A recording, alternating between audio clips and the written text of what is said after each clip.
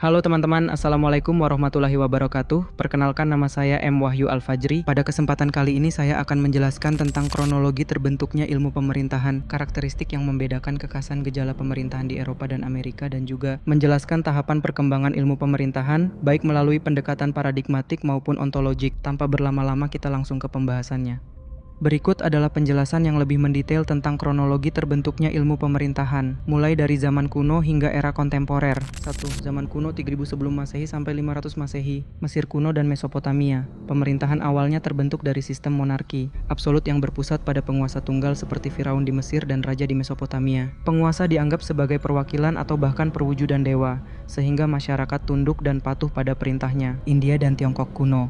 Di India, teks-teks seperti Arthasastra karya Kautilya membahas cara-cara mengelola negara dan administrasi pemerintahan. Tiongkok, filsafat Konfusius menekankan pentingnya pemerintahan yang berbasis pada moralitas dan etika. Sementara itu, Taoisme mengajarkan bahwa pemerintah sebaiknya tidak terlalu banyak campur tangan dalam kehidupan masyarakat. Yunani dan Romawi kuno. Di Yunani, muncul konsep demokrasi di Athena yang memungkinkan rakyat ikut serta dalam pengambilan keputusan politik. Pemikir Yunani seperti Plato dalam Republik dan Aristoteles dalam Politics membedakan berbagai jenis pemerintahan dan mencoba mendefinisikan bentuk pemerintahan ideal. Di Romawi, sistem republik dikembangkan di mana ada pembagian kekuasaan antara senat, majelis rakyat, dan konsul. 2 abad pertengahan 500 Masehi sampai 1500 Masehi. Eropa. Pemerintahan di Eropa sangat dipengaruhi oleh ajaran agama, khususnya Kristen. Pemerintahan monarki tetap dominan dan raja dianggap sebagai wakil Tuhan di bumi. Konsep divine right of kings, hak ilahi raja, memperkuat kedudukan raja yang seolah memiliki hak mutlak. Pemikiran Islam. Di dunia Islam, pemikir seperti Al-Farabi, Al-Mawardi, dan Ibnu Khaldun merumuskan teori pemerintahan berdasarkan prinsip keadilan, stabilitas sosial, dan syariah Islam. Ibnu Khaldun dalam Mukadimah membahas siklus kehidupan dinasti dan teori politik yang mendalam seperti pembentukan negara dan pemerintahan yang efektif. 3. Renaissance dan era pencerahan 1500 Masehi sampai 1800 Masehi. Renaissance di Eropa. Renaissance membawa kebangkitan pemikiran bebas dan analisis kritis terhadap kekuasaan monarki. Ilmuwan dan filsuf mulai mempertanyakan sistem absolutisme dan muncullah teori politik baru yang berfokus pada hak individu dan peran rakyat dalam pemerintahan. Pemikiran pencerahan. Pada abad ke-17 dan 18, pemikir seperti Thomas Hobbes, John Locke, Montesquieu, dan Jean-Jacques Rousseau memperkenalkan konsep-konsep dasar yang menjadi landasan ilmu pemerintahan modern. Hobbes. Dalam Leviathan, Hobbes berpendapat bahwa manusia membutuhkan pemerintahan kuat untuk menghindari perang semua melawan semua. Ia mendukung pemerintahan yang stabil meskipun absolut. Locke menekankan pentingnya perlindungan hak-hak dasar rakyat, kehidupan, kebebasan, dan kepemilikan. Ia mengembangkan konsep kontrak sosial, di mana pemerintah mendapat kekuasaan dari persetujuan rakyat. Montesquieu mengajukan gagasan pemisahan kekuasaan, eksekutif, legislatif, yudikatif dalam bukunya The Spirit of the Laws, untuk mencegah kekuasaan absolut yang menindas. Rousseau. Dalam The Social Contract, Rousseau menyatakan bahwa kedaulatan berada di tangan rakyat. Ia mendorong konsep demokrasi langsung dan pemerintahan yang berdasarkan kehendak umum.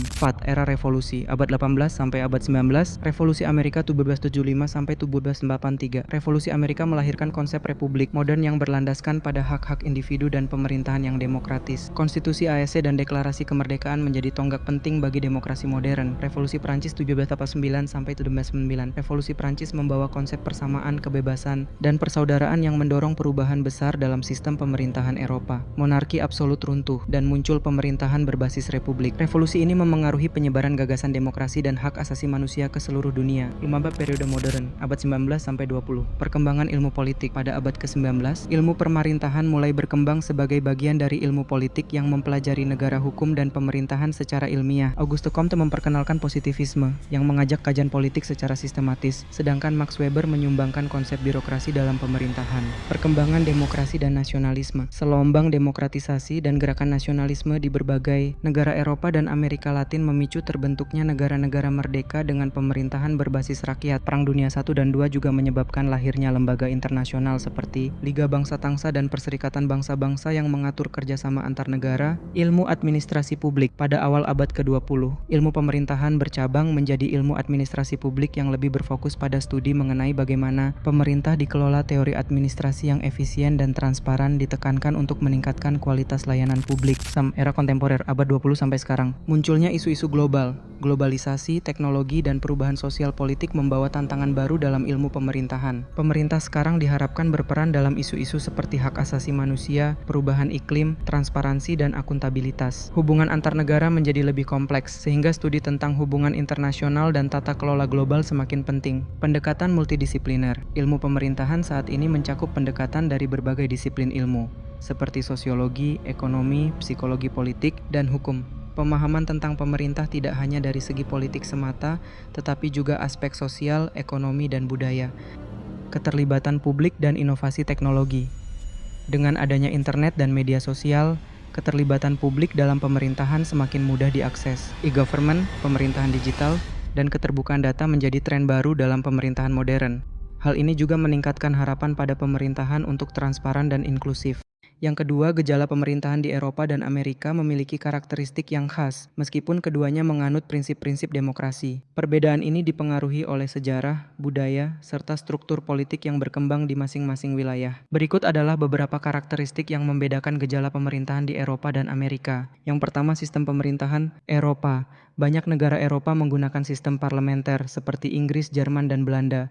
Dalam sistem ini, kepala negara dan kepala pemerintahan terpisah. Kepala negara bisa berupa seorang raja atau presiden seremonial, sementara kepala pemerintahan adalah perdana menteri yang diangkat oleh parlemen. Di Eropa, ada juga negara yang menggunakan sistem semi-presidensial seperti Prancis. Amerika Serikat menggunakan sistem presidensial di mana presiden berfungsi sebagai kepala negara sekaligus kepala pemerintahan. Presiden dipilih langsung oleh rakyat dan memiliki kekuasaan eksekutif yang signifikan serta terpisah dari lembaga legislatif. Yang kedua, struktur birokrasi dan pelayanan publik. Eropa, negara-negara Eropa cenderung memiliki birokrasi yang sangat kuat dan stabil, dengan struktur yang kompleks dan aturan yang ketat. Pelayanan publik umumnya sangat terorganisasi dan memiliki standar tinggi, terutama di negara-negara Skandinavia yang mengedepankan sistem negara kesejahteraan. Perkembangan ilmu pemerintahan dapat dilihat melalui dua pendekatan utama, yaitu pendekatan paradigmatik dan pendekatan ontologik. Berikut penjelasan singkat untuk masing-masing pendekatan. Yang pertama, pendekatan paradigmatik. Paradigma klasik. Tahap awal ilmu pemerintahan dipengaruhi oleh pemikiran filsuf seperti Plato dan Aristoteles, yang menitikberatkan pada pentingnya pemerintahan dalam menjaga keteraturan dan keadilan.